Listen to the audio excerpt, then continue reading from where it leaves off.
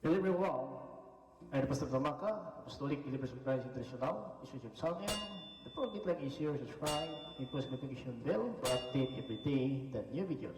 Thank you so much. God bless us all. Magandang araw po sa lahat, sa ating mga viewers, listeners dito po sa ating YouTube channel, sa Facebook. Naisama sa atin ang kapayapaan at habag biyan ng Diyos mula sa ating Panginoon Hesus Kristo. Ito po lingkod, J. Jesus, Pastor Tumaka, Apostolic Believers of Christ International. Mga kapatid, sa oras na ito, atin naman pasalamatan ang Diyos sa kanyang kabutihan. Ito binabayaan ng Diyos bawat araw, patuloy po tayo ginagabayan ng Panginoon. Kahit na po sa ating mga pagkukulang sa ating Panginoon, subalit hanggang ngayon natili pa rin ang habag ng Diyos sa atin, at ito po ang dahilan bakit naparating sa atin ang kanyang salita para matuto tayo sa narapat na pumuhay. Huwag po tayong matulan ng parusa, kundi tayo magkapit ng buhay na walang hanggang. Lahat po nating mga viewers, listeners dito po sa YouTube channel, Facebook, huwag kalimutan, i-like and share lang po natin ang salita ng Diyos para po na tayo po ay maging matatag sa ating pananampalataya. Mga kapatid, sa araw na ito po ay ating pakinggan ang salita ng Diyos. Sa video na ito, ating buksan ang Biblia tungkol po sa ating pagkahinirang dito sa sanlibutan. Ito ang ating pananampalataya, mga kapatid, ay ibigay lang po ng Diyos. Hindi po ito, mga kapatid, ating sarili pagsisikap. Ang panampalataya natin, ito ay kaloob ng Panginoon. Kaya wag natin sayangin ang panahon, dahil po ang magkasama lang sa muling pagkabuhay ang namumuhay ng banal sa paningin ng Diyos. Tandaan po natin na kailangan natin magpakabanal dahil banal ang Diyos. At tayo ng Diyos na mamay sa libutan ng walang alam tungkol sa pagiging banal. Kasi kung walang kabanalan, walang makita sa Panginoon. So itong makasama lang sa muling pagkabuhay, itong banal sa paningin ng Diyos. Kaya kailangan natin saliksikin ang kasulatan at pagsikapan natin malaman kung ano ang gagawin natin na maging banal tayo sa paningin ng Diyos. So sa Hebreo,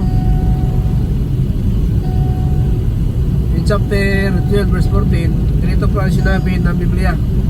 Pakinggan natin ang key verse natin sa oras nito. Ito po ang sinabi ng Biblia. Sikapan ninyong mamuhay ng may mabuting relasyon sa lahat ng tao at magpakabanal kayo. Sapagkat kung hindi banal ang pamumuhay nyo, hindi nyo makikita ang Panginoon. Ayan mga kapatid, napakalaga po. Pagsikapan natin na may mabuting relasyon sa lahat ng tao at ang pagiging banal. Sapagkat kung hindi banal ang pamumuhay natin, hindi natin makita ang Panginoon. So, kahit pa anong relihiyon natin, mga kapatid, kapag wala ang kabanalan na pamumuhay, walang nakita sa Panginoon. Dahil ang relihiyon, hindi po natin yan magarantiya na talaga makita natin ang Panginoon dahil po sa ating relihiyon. Ang kabanalan, mga kapatid, kailangan natin malaman kung ano ang dapat natin gawin upang maging banal po tayo, mga kapatid, sa harapan ng Panginoon. So yan mga kapatid, ating pag-aralan. At dito mga kapatid, tanda po natin, sinabi po ni Apostol Pedro in 1 Peter in chapter 1 verse 15 to 16, ganoon pa rin ang sinabi ng Panginoon sa ating mga manampalataya.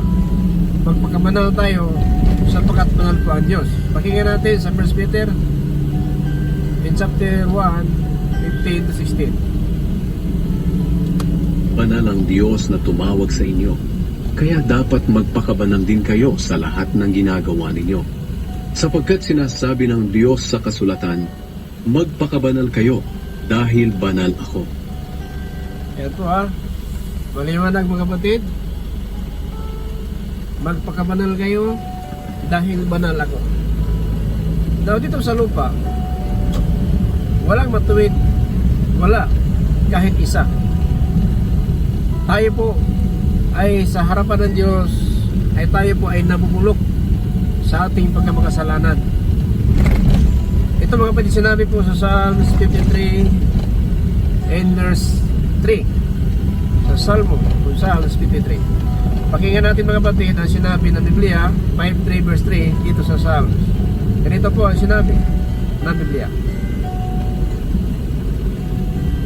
Ngunit ang lahat ay naligaw ng landas, at pare-parehong nabulok ang pagkatao. Wala kahit isa man ang gumagawa ng mabuti. Kailan kaya matututo ang masasamang tao? Walang gumagawa kahit isa ng mabuti. Now, paano tayo maging banal dyan na walang gumagawa kahit isa ng mabuti? Kaya po naparito po ang anak ng Diyos, kasi siya po ang magpapakabanal po sa atin. Ang dugo ng Panginoon, yan po ang naging karapat-dapat tayo sa kanyang kaharian, sapagkat tinubos tayo ng dugo ng Panginoon upang mapatawad tayo sa walang hanggang kapatawaran. Kasi lahat talaga ay ito mga kapatid, sa harapan ng Diyos ay nabubulok tayo. Now, sinabi sa Hebreo 9 verse 12, ganito po ang sinabi ng Biblia, na ito po sa dugo niya ay nagkaroon tayo kapatawaran na walang hanggang. So, kung walang gumawa ng isa, kahit isa, walang gumawa ng matuwid at nabulok ang lahat sa paningin ng Diyos, yan ang dahilan bakit naparito ang ng Kristo, upang sa kanyang dugo ay mapatawad tayo sa ating pagkabulok. Kasi patay tayo sa ating pagkamakasalanan. No? Napakinggan natin sa Hebreo in chapter 9 verse 12. Ito pa sinabi ng Biblia. Minsan lang pumasok si Kristo sa pinakabanal na lugar, at hindi dugo ng kambing o ng guya ang dala niya, kundi ang sarili niyang dugo. At sa pamamagitan ng kaniyang dugo, tinubos niya tayo sa mga kasalanan nating magpakailanman. Ayon sa kautusan, kung itinuturing na marumi ang isang tao, kailangan siyang wisikan ng dugo ng kambing at toro, at ng abo ng guya para maging malinis. Kung nakakalinis ang mga ito, di lalo na ang dugo ni Kristo. Sa pamamagitan ng walang hanggang banal na espiritu, inialay ni Kristo ang sarili niya bilang handog na walang kapintasan sa Diyos. Ang dugo niya ang lilinis sa ating puso't isipan para matalikuran natin ang mga gawaing walang kabuluhan at paglingkuran ng Diyos na buhay. So ganyan pa tayo, diyan pa tayo makatalikod kapag tinubos na tayo sa kanyang dugo. So yan pa tayo naging banal sa paningin ng Diyos kapag naranasan na po natin at tayo po nagkaisa na po ng dugo ng ating Panginoon. So yan mga kapatid ang dapat natin malaman kung paano natin nga makamtan, paano magkaisa tayo sa dugo na yan.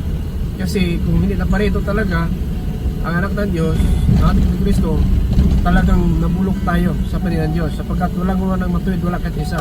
So habang ang tao na alipin pa ng kasalanan, ay talagang patay tayo sa paningin ng Diyos. Pakinggan natin sa Ephesians chapter 2 verse 1 up to 2. Ito po yung sinabi ng Biblia, patay tayo noon.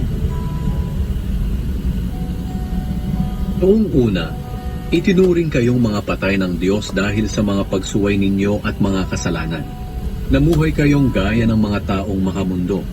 Sakop kayo noon ng kapangyarihan ni Satanas, ang hari ng mga espiritong naghahari sa mundo. At siya rin ang espiritong kumikilos sa puso ng mga taong ayaw sumunod sa Diyos. Ganyan po, patay tayo noong una. Subalit ngayon, ay kinabagan na tayo ng Diyos. Kasi noong una, patay tayo. Pag wala pa si Kristo po dito sa limutan, bulok talaga tayo sa paningin ng Diyos. Sapagkat anumang gawin natin kabutihan, magkasala pa rin tayo. Pakinggan natin sa Ecclesiastes, itong mangaral, kabanata 7, talata 20. Ito po yung sinabi ng Biblia. Pakinggan natin mga kapatid. Ito po sulat ni Haring Solomon para po sa atin, City 20, dito po sa mangaral, mga kapatid. Wala ni isang tao rito sa mundo ang laging gumagawa ng mabuti at hindi nagkakasala. Huwag mo Yan mga kapatid ha. Walang kahit isang tao dito sa mundo na lagi gumagawa ng mabuti na hindi nagkakasala. Kaya nga, naparito ang anak ng Diyos, ang ating Panginoong Kristo, para po talaga ay bawiin tayo, no? Bawiin tayo sa kapangyarihan ng kamatayan, na ito po ang dyablo na bumihag po sa mga tao ayaw sumunod ng Diyos.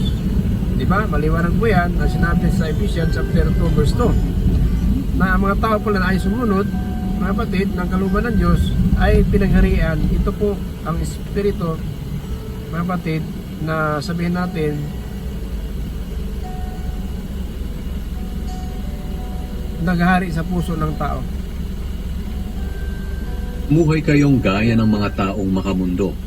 Sakop kayo noon ng kapangyarihan ni Satanas, ang hari ng mga espiritong naghahari sa mundo. At siya rin ang espiritong kumikilos sa puso ng mga taong ayaw sumunod sa Diyos. Ayan po sumaliwanag po. Kung hindi naparito po ang anak ng Diyos, hindi po tayo mabawi sa kapangyarihan ng kamatayan. Kasi ang kapangyarihan ng Diablo, kamatayan talaga. Hebreo 2.14. Pakinggan natin ang sinabi ng Apostol Pablo sa Hebreo. Sa 2.14, ito po ang sinabi ni Apostol Pablo. Tiyamang ang mga anak ng Diyos na binanggit niya ay mga taong may laman at dugo. Naging tao rin si Jesus upang sa pamamagitan ng kanyang kamatayan ay malupig niya ang Diablo na siyang may kapangyarihan sa kamatayan.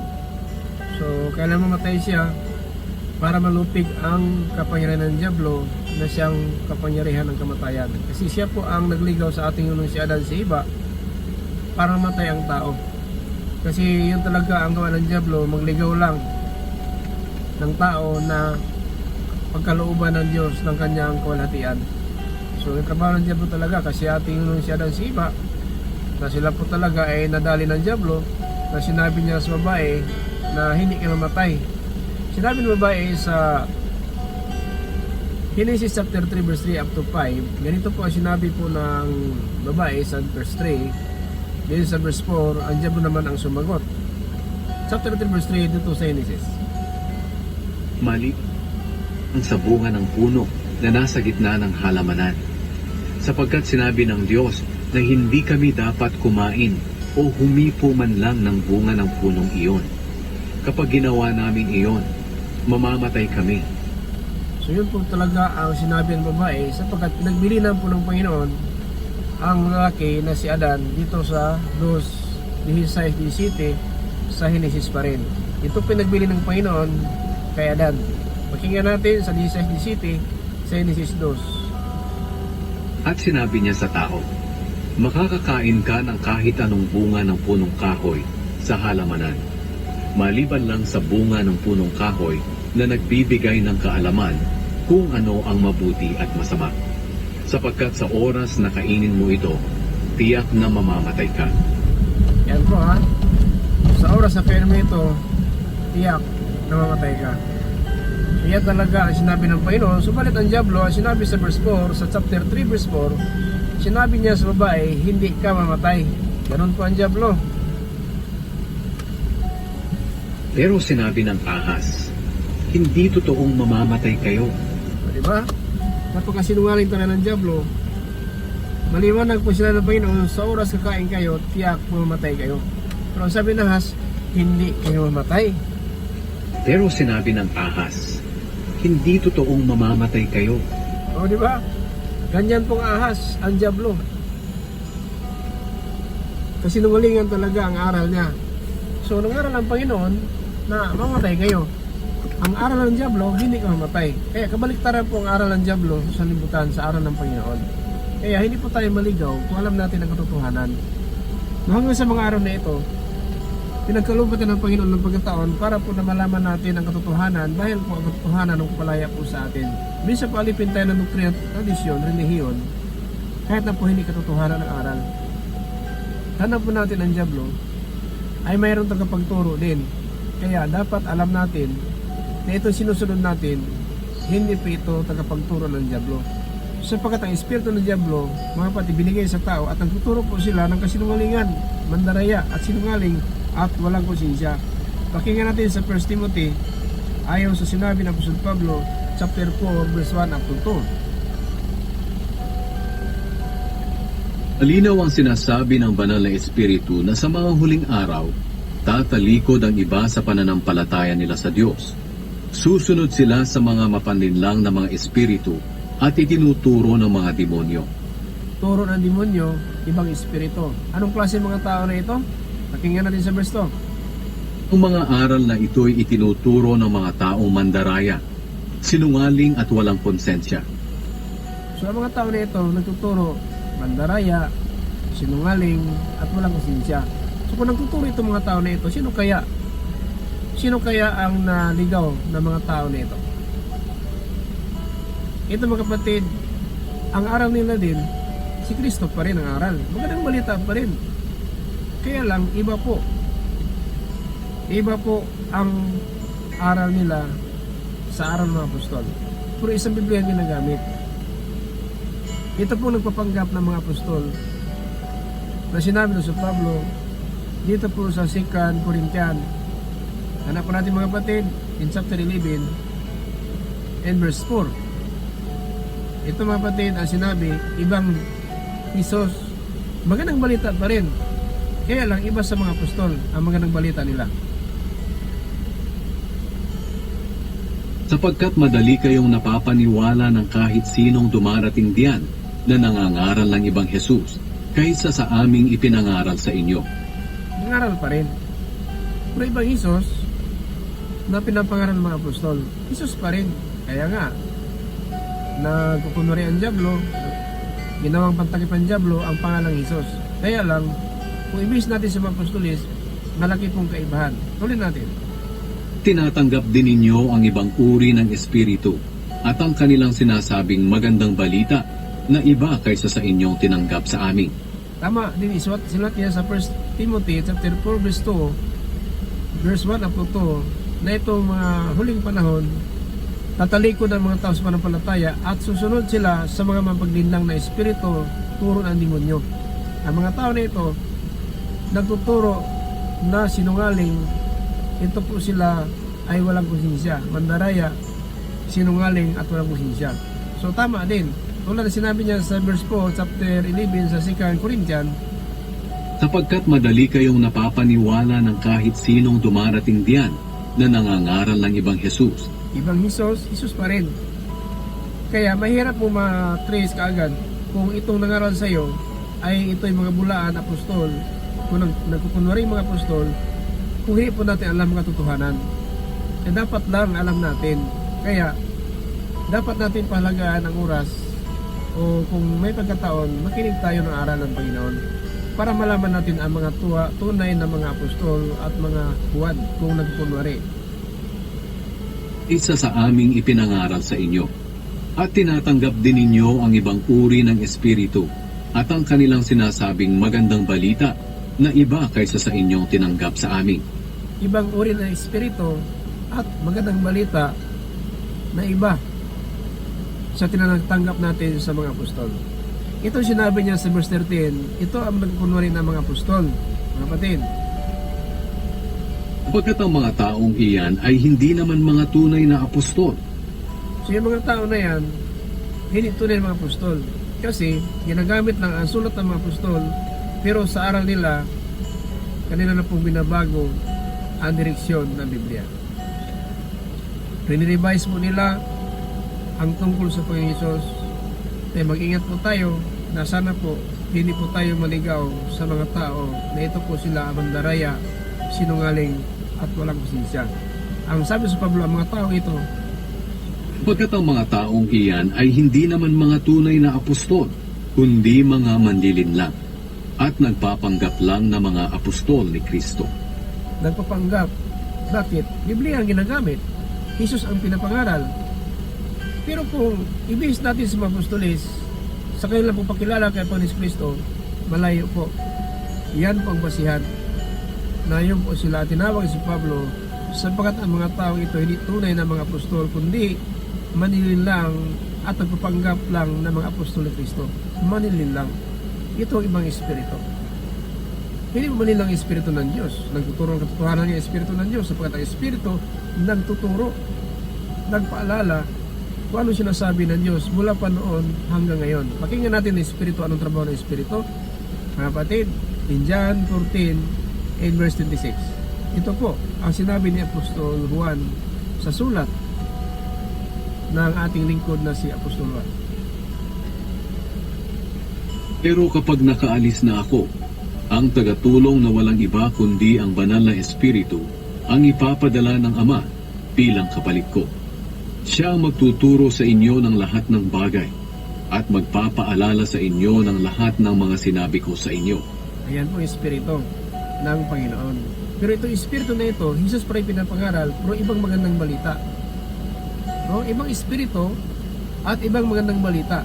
Kaya maliwanag po ang kanyang sinabi sa 11.4 sa 2 Corinthian, ang sinabi sa Pablo, ito po, magandang balita rin pero iba sa mga aral ng mga apostol na magandang balita. Sapagkat madali kayong napapaniwala ng kahit sinong dumarating diyan na nangangaral ng ibang Jesus kaysa sa aming ipinangaral sa inyo. At tinatanggap din ninyo ang ibang uri ng Espiritu at ang kanilang sinasabing magandang balita na iba kaysa sa inyong tinanggap sa amin. Diba? Paano malaman natin ito sila? Kaya, nagbasa tayo ng Biblia, nakinig tayo ng mga aral para malaman natin ito ba'y sugo ng Diyos, sugo ba ito ng ating Panginoong Kristo, ito ba ang sa Diablo na Espiritu. Dahil ganyan po. Kaya, ang sabi sa Pablo sa Galatians 1:7, wala nang ibang magandang balita sapagkat nakasulat na talaga at kung iba ang ating napakinggan, huwag tayong susunod yan. Kasi ang totoo, wala nang ibang magandang balita. Sabi ni Apostol Pablo sa Galatia 1:7 hanggang po sa 9, pakinggan natin. Kung totoo, walang ibang magandang balita. Nasabi ko ito dahil may mga taong nanggugulo sa inyo at gusto nilang baluktutin ang magandang balita tungkol kay Kristo. Di ba? Si Kristo ay po sa ito po yung pangalan ng mga apostol, naging tao, anak ng Diyos, at siya din ang ating Diyos Ama. Pero mayroon mga tao na maniwala po sila na may Diyos Ama, pero hindi maniwala si Kristo, anak ng Diyos. At hindi maniwala si Kristo naging tao. Yun po. Ang papahayag po nila, Diyos, may Diyos Ama. Si Jesu Kristo. Pero kung sabihin natin si Kristo, anak ng Diyos, ay maniwala. Si Jesu Kristo talaga Ama lang. Yan po ang dapat malaman natin ng Espiritu kung pareha ba sa mga apostol pagpahayag.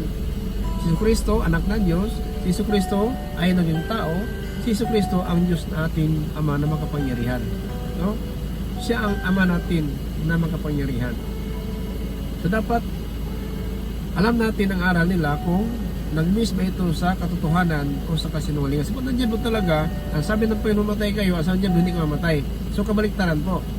So dapat alam natin itong mga aral na ito sapagkat hindi pa huli ang panahon. Habang buhay tayo, may pag-asa pa tayo mga kapatid. Hindi pa tayo pinabayaan ng Diyos hanggang sa mga aral ito. Tinuturuan tayo dapat ng pumuhay para hindi pa tayo maligaw ng katotohanan. Tinuturuan tayo ng katotohanan dahil ang katotohanan po, mga kapatid, ang magpapalaya po sa atin. Dahil po sa John 8:32, malalaman yung katotohanan at ang katotohanan palaya po sa inyo. So yan mga kapatid, at dahil sa katotohanan na yan, baluktutin man nila, kasi ito po binabaluktot nila. Ang sabi nito sa 1:7 sa Galatia, Kung totoo, walang ibang magandang balita. Nasabi ko ito dahil may mga taong nanggugulo sa inyo at gusto nilang baluktutin ang magandang balita tungkol kay Kristo. baluktutin man nila, pero tayo alam natin na yung matuwid binabaluktot, no? Mahirap po mga kapatid tayo makakapasok sa kanilang langit kung baluktot ang aral. Baluktot, binabago ang kasulatan. Ito mga tamandaraya at walang konsensya, ang sabi ni Apostol Pablo sa 1 Timothy in chapter 4 verse 1 up to 2. Mga tamandaraya. Now sa verse 8, pakinggan natin. Kung painawa ng Diyos ang sinuman, kami o maging isang anghel galing sa langit, na mangangaral sa inyo ng magandang balita na iba kaysa sa ipinangaral namin sa inyo. Sinabi na namin sa inyo noon Verse 9. at muli kong sasabihin, Kung may mangangaral sa inyo ng magandang balita na iba kaysa sa tinanggap ninyo, sumpain siya ng Diyos. Ngayon, dapat pala alam natin ito. Itong ating sinusunod na aral ay hindi baluktot. Hindi po ito gawa ng ibang espiritu. Kasi kung ganun, magiging sumpa po tayo. Kasi walang ibang magandang balita talaga. Kaya't anghel nga ang sabi ng Pablo, kung kami babalik na mga magandang balita, iba sa pinapangaral na, ay sumpain siya ng Diyos. Ngayon, kung ang Biblia ito po ay ginagamit ng Diablo para magligaw ng kaluluwa ng tao, mag-ingat po tayo. Kasi nangaral din ito, no? Nangaral din sila at sirain ang panampalataya lang natin. Bakit masira? Kasi akala natin may panampalataya po tayo. Ang problema ang sinusunod natin, hindi na po aral ng Diyos. Aral na pala ito ng mga tinatawag sa Pablo na kunwari mga apostol. Ingat tayo. Now, ito po sila ang sumisira na ating panampalataya na nangaral, mga kapatid, ng kasinungalingan. Tandaan po natin, palihim sila nangaral na makakasira lang na ating pananampalataya. Kasi may panampalataya, tanungin tayo may panampalataya, o pastor may panampalataya po ako. Kaya hindi mo alam, sira pala na ang ating panampalataya sapagkat ating sinusunod, aral pala ng demonyo. Ingat tayo ha. Mag-ingat tayo. Akala mo, may panampalataya tayo, sunod ng sunod, anong sinabi ng ni pastor, ni father, ni brother, sister, huwag na huwag tayong basta-basta gagawa kapag walang basihan sa Biblia at hindi po yung paunawa na Espiritu. Sapagkat ang Diablo, nakasulat ang sinabi niya sa Genesis 3:4, hindi kayo matay. Salita po ng Diablo yan, isang palatandaan po na ang Diablo kasinungalingan at kabaliktaran ng aral ng katotohanan. So sinabi sa Genesis 2:17, kapag kumain kayo ng bunga ng punong kayo na yan, mamatay kayo. Ang sabi ng Diablo sa 3:4 sa Genesis, hindi kayo mamatay. Ang sabi ng Panginoon, mamatay kayo. Genesis 2:17, mamatay kayo. Ang sabi ng Diablo sa Genesis 3:4, hindi kayo mamatay. Ngayon, nakasulat ang Diablo din, nakasulat ang kanyang sinasabi sa Biblia. Para kung mabasa natin ito, alam natin ang Diablo, ganoon pala pag nagsalita ang Diablo. Kaya nga, sinasabi ng Biblia na ama ng kasinungalingan ang Diablo. Sapagkat noon pa lang mamatay tao siya. Hindi po tayo mamatay kung hindi po nagkasala siya ng si iba. Kung dahil po sa Diablo, talagang namatay tayo ngayon. At ang ating panampalataya, sinisira din ito ng mga kampo ng Diablo. Ito po yung mga buwad na guro. Pakinggan natin sa 2 Peter chapter 2 verse 1. Ito yung sinasabi ni Apostol Pedro. Ngunit nagkaroon din ng mga huwad na propeta sa mga mamamayan ng Israel noong araw. At ganito rin ang mangyayari sa inyo. Magkakaroon ng mga huwad na guro sa inyo. At palihim nilang ituturo ang mga aral na makakasira sa pananampalataya ninyo. Hindi mo alam. Sunod ka ng sunod. Sunod ka ng sunod. Palihim na pala. Sira na pala ating panampalataya. Dahil ang sinusunod natin, ito po aral ng demonyo. Aral. Napakaliwanag po sa 1 Timothy, mga kapatid, 4:1-2. Malinaw ang sinasabi ng banal na espiritu na sa mga huling araw, tatalikod ang iba sa pananampalataya nila sa Diyos. Susunod sila sa mga mapanlinlang na mga espiritu at itinuturo ng mga demonyo. Turo ng demonyo. Nagturo ang demonyo. Hindi mo alam pala, demonyo pala itong nagsugo nito. Sunod ka ng sunod. Bigay ka ng kapo, bigay ka ng alay, puri ka sa Panginoon. Yung pala sinusunod ng doktrina, tradisyon at ituntunin, ay mali na pala. Diba? Hindi pwede mga kapatid. Sayang naman ating panampalataya, sira pala sa panahon Diyos sapagkat ang ating sinusunod na mga aral, ito po yung mga huwad na guro. Huwad na guro. Nagpagturo, guro ha. Anong guro na ito? Verse 2. Ang mga aral na ito'y itinuturo ng mga taong mandaraya, sinungaling at walang konsensya. Nagtuturo, ito yung espiritu ng Diablo, ito po sila mandaraya, sinungaling walang konsensya. Dadayain pala panampalataya mo, siraan panampalataya mo, dahil, mga kapatid, sumunod tayo ng aral na wala na po sa katotohanan. Kaya nga, ang sabi ng Apostol Pedro, na palihim sila magtuturo, itong huwad na guro, palihim sila magtuturo na nakakasira ng iyong panampalataya. Kaya ang sinabi dito sa verse 1, darating ng araw, tatalikod ang iba sa pananampalataya. Malinaw ang sinasabi ng banal na espiritu na sa mga huling araw, tatalikod ang iba sa pananampalataya nila sa Diyos. Susunod sila sa mga mapanlinlang na mga espiritu at itinuturo ng mga demonyo.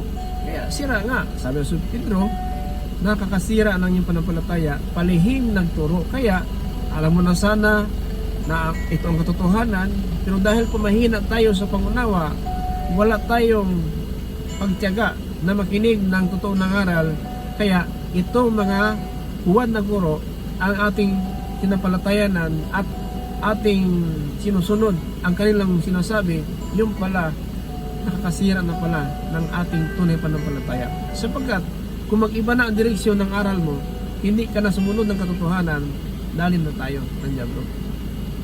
Kasi itong huwad ng guro, hindi pwede magtuturo ito ng katotohanan sapagkat siya ang pinagmulan, ang diablo ang pinagmulan ng kasinungalingan. Pakinggan natin sa Juan 8:44. Ganito po ang sinabi ni Apostol Juan 8:44, mga kapatid.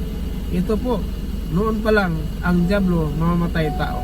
Bakit po hindi maniwala po itong mga tao na tagasunod, mga parasiyo, mga eskriba, kahit anong aral ng Panginoon, ayaw tumatanggap? Pakinggan natin sa 43 umpisa hanggang po sa 44. Hindi nyo maintindihan ang sinasabi ko dahil hindi nyo matanggap ang aral ko. Ang diablo ang inyong ama. No? Kapag hindi tanggapin ang katotohanan, hindi maintindihan ang katotohanan, ang diablo ang inyong ama. Ang diablo ang inyong ama. At kung ano ang gusto niya, iyon ang ginagawa ninyo. Siya'y mamamatay tao mula pa sa simula.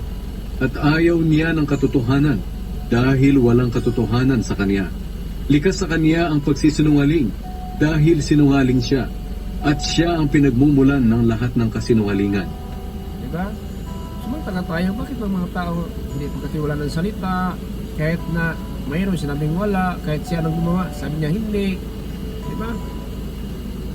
Yung pala ang diablo po ang nag-udyok sa kanilang puso at isipan. Bakit? Nagsinungaling, kahit na halata mo na, ay hindi pa rin umaamin. Nagsinungaling pa rin. Yun ang drama ng diablo. Para hatulang ka sa impyerno. Para tayo tapon sa impyerno, kasi ang lahat ng sinungaling, apoy hindi mamatay po. Ayon sa Pahayag 21 verse 8. Mga kapatid, ang challenge para po sa atin, sana pununawaan po natin ito. Ito talaga ay napakalaga po, malaman po natin na ito ay naisang Panginoon lang, na tayo talaga ay matuto, no? Matuto tayo sa bawat araw, kasi itong walang kabanalan, wala makita sa Panginoon. Paano maging banal po tayo na kung sira na pala ang ating panampalataya dahil sa aral ng mga huwad na guro? Itong mga huwad na guro na sumisira na ating panampalataya. Na paano maging banal po tayo? Ang sinusunod natin na aral ay hindi pala ito'y kalooban ng Diyos. Kasi mabanal lang po tayo kung sumunod tayo ng katotohanan. Pero kung hindi ito katotohanan ang ating ginagawa, paano maging banal po tayo? Sapagkat ang salita ng Diyos, mga kapatid, ito po ang magbigay ng buhay na walang hanggan, ang salita ng Diyos. Kaya tayo po pinagkalooban ng Diyos, mga kapatid, na bagong taon, para po tayo matuto po tayo, no? Maging banal tayo sa paningin ng Diyos. Kaya ito ang dapat natin malaman, na ang Panginoon po hanggang sa mga araw na ito ay nagtuturo sa atin, no? Nagtuturo sa atin para maging banal po tayo. Kasi binanal po tayo dahil po sa aral ng Panginoon. At nagkaroon ng buhay na walang hanggan dahil po sa salita ng Diyos. Nabilin na po tayo sa Pilipos 4:21 na tayo po na mga manampalataya ang mga binanal po ng Diyos. 4:21 sa Pilipos ayon sa sinabi ni Apostol Pablo. Kumusta niyo ako sa lahat ng mga pinabanaldian ng Diyos na kay Kristo Jesus? Kinukumusta kayo ng mga kapatid kay Kristo na kasama ko rito? Diba? Kapag kay Kristo na po tayo susunod, hindi sa mga huwad na mga guro, so sigurado maging banal po tayo. Pero kung ating sinusunod ng huwad na guro, sira na panampalataya yan. Sira ang panampalataya natin. Ano maasahan natin yan? Kung sira ang panampalataya natin, wala. Wala tayong maasahan. Kasi sira ang panampalataya natin. Kolosas 1:2, mga kapatid, ito po yung sinabi ni Apostol Pablo na kailangan natin malaman na tayo talaga ay binanal po ng Diyos sa kanyang mga aral. Hindi po na sa ating sariling mga karunungan. Aral lang po tayo sumusunod. Hindi po sa ating mga karunungan. Mahal kong mga taga-Kolosas, pinabanal at matatapat na kapatid na kay Kristo, sumainyo nawa ang biyaya at kapayapaang galing sa Diyos na ating Ama. Sa taga-Kolosas, mga binanal ng Diyos na kay Kristo. Okay, kung sinusunod natin, aral ng tao, aral po ng mga demonyo, paano tayo maging kay Kristo? Kasi kung tayo kay Kristo talaga susunod, maging banal po tayo. Sapagkat ito po ang pinapangaral ni Apostol Pablo na ito po ang mga pinatunayan ng Biblia na pinabanal na po ng Diyos, tayo po mananampalataya, na ito po ay talagang dapat malaman natin na tayo pinabanal na po. Dito po sa 4, pakinggan natin. Sapagkat nabalitaan namin ang pananampalatayan nyo bilang mga na kay Kristo Jesus at ang pag-ibig nyo sa lahat ng mga pinabanal ng Diyos. At ang pag-ibig nyo sa lahat ng pinabanal ng Diyos. So tayo po yung manampalataya. Tayo po lang totoo na binabanal na po ng Diyos dahil sa ating panampalataya at pagsunod ng aral po ng ating Panginoon. So yan po ang pinakamalaga. Dapat malaman natin, ito pala ay naging banal na po tayo sa ating pagsunod na batid ng ating Panginoong Kristo. Galing po mga batid sa ating Panginoon. Hallelujah. Galing po ito ang karunungan natin sa mga apostol, na mga apostol naman, ang karunungan nila galing kay Kristo. So, hindi po karunungan ng apostol yung kanilang sinusulat. Ang kanilang sinusulat ayon po sa pagpapahayag po ng Panginoong Isos. Pakinggan natin mga kapatid sa Galacia. Ito po sinusulat Pablo sa 1:12. Sa Galacia, na ang karunungan niya hindi po galing sa tao, kundi galing po sa ating Panginoong Kristo. 1:12, dito po sa Galacia, pakinggan natin. Hindi ko rin ito tinanggap o natutunan mula sa mga tao, kundi ipinahayag mismo sa akin ni Hesus Kristo. Di ba? So kung anong aral mga apostoles, huwag mo sabihin, mga apostol lang yan, mga tao lang yan sila. Hindi mo masabi yun, sapagkat sila po ay nagpapatunay na kung ano po ang kanilang aral galing po sa Panginoon Kristo. Ito sinabi na sa Pablo din sa Kolosas 1:28.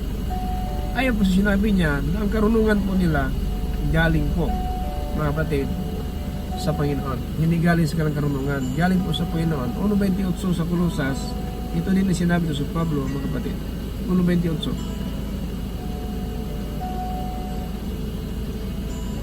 Kaya nga ipinangangaral namin si Kristo sa lahat ng tao. Pinapaalalahanan at tinuturuan namin ang bawat isa ayon sa karunungang ibinigay sa amin ng Diyos. Sa ganoon, maihaharap namin ang bawat isa sa Diyos ng ganap sa pakikipag-isa nila kay Kristo. Paano maging harap tayo? Sa pagsunod ng aral na binigay po ng Panginoon sa mga apostol. Kasi ito hindi bigay ng tao. Bigay ng Diyos ang karunungan ng mga apostolis. Hindi pwede mga kapatid mag-iba tayo sa mga apostol. Kasi ang karunungan ng mga apostolis, mga kapatid, galing po sa Panginoon. Maliwanag po sa Kolosas 1:28. Galing sa Panginoon. Kaya nga ipinangangaral namin si Kristo sa lahat ng tao. Pinapaalalahanan at tinuturuan namin ang bawat isa ayon sa karunungang ibinigay sa amin ng Diyos. So, karunungan na ibinigay sa amin ng Diyos. Hindi po ito karunungan ng mga apostolis lang. Kasi tinawag mga apostolis, baka hindi ka maniwala, hindi po sila magsulat ng Biblia kung hindi po ito sinabi na Espiritu. Ano sinabi na Espiritu, yun lang po sinusulat ng mga apostol. Hindi po ito tayo mag-iba, mga kapatid. Tanda po natin, hindi po tayo pwede mag-iba sa aral ng mga apostol. Kaya nga, maging sira po ang panampalataya po natin, kung ating sinusunod na aral, ito na pala ang mga tao, mandaraya, sinungaling at walang kahusya, na nagdala po na taglay nila ang espiritu ng demonyo. Maliwanag po, 1 Timothy chapter 4 verse 1 up to 2. Na darating ng araw, tatalikod ng ibas manampalataya at susunod sila sa mga aral, espiritu na tinuturo ng mga demonyo. Ito ang mga tao na sinungaling, mandaraya at walang kahusya. Huwag naman. Sayang naman, umasa tayo ng kaligtasan. Sinabi natin may panampalataya po tayo. Yung pala, ating sinusunod ay aral ng demonyo. So ano mapala natin dyan? Paano maging banal po tayo? Kasi maging banal lang po tayo mga kapatid sa Panginoon Diyos kung sumunod tayo ng aral ng Panginoon.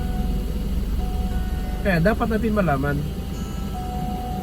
na ang katotohanan talaga ay dapat natin malaman para na hindi salungat ang ating aral. Sapagkat mayroon mga nangaral na salungat tungkol kay Kristo. Filipos 3:18. Pakinggan natin. Salungat talaga. Salungat ang aral po nila. Tanda po natin mga kapatid sa 3:18 sa Filipos. Pakinggan natin.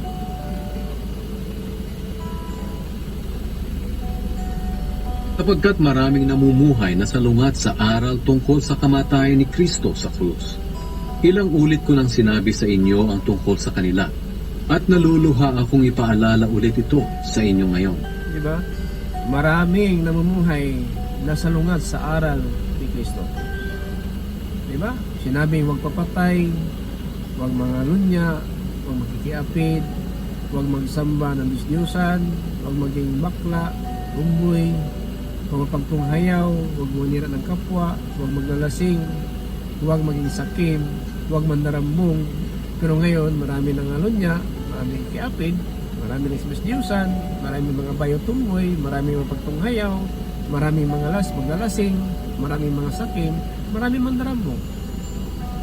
Ayun po, na salungat ang pumuhay nila sa aral ni Kristo.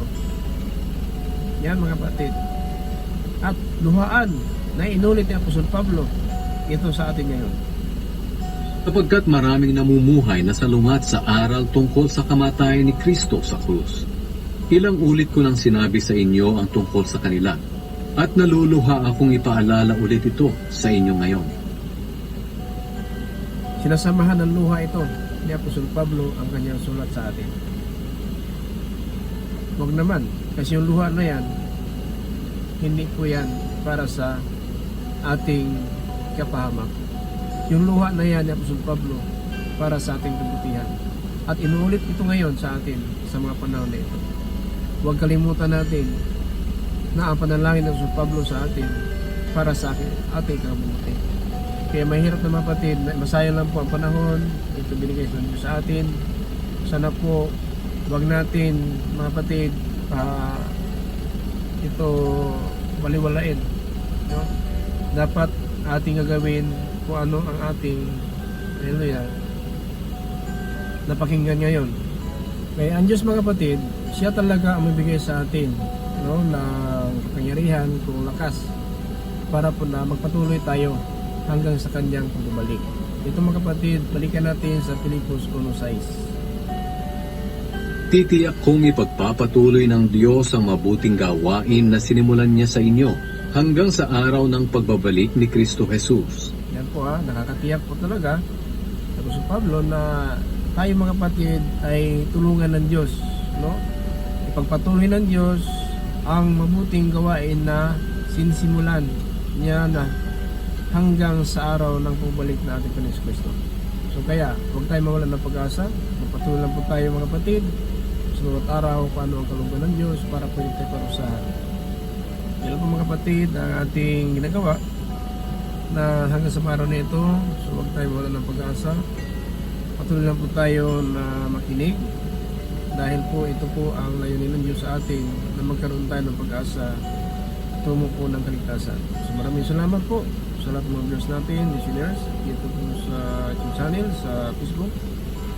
Naway kapayapaan at habagin ng Diyos sa isma sa atin lahat sa magitan na ating pag-gusto. Ito pwede mo dito sa pagkita mga kapustulik, dito sa pagkita sa sabi sa natin sa the blessing of Christ, Amen.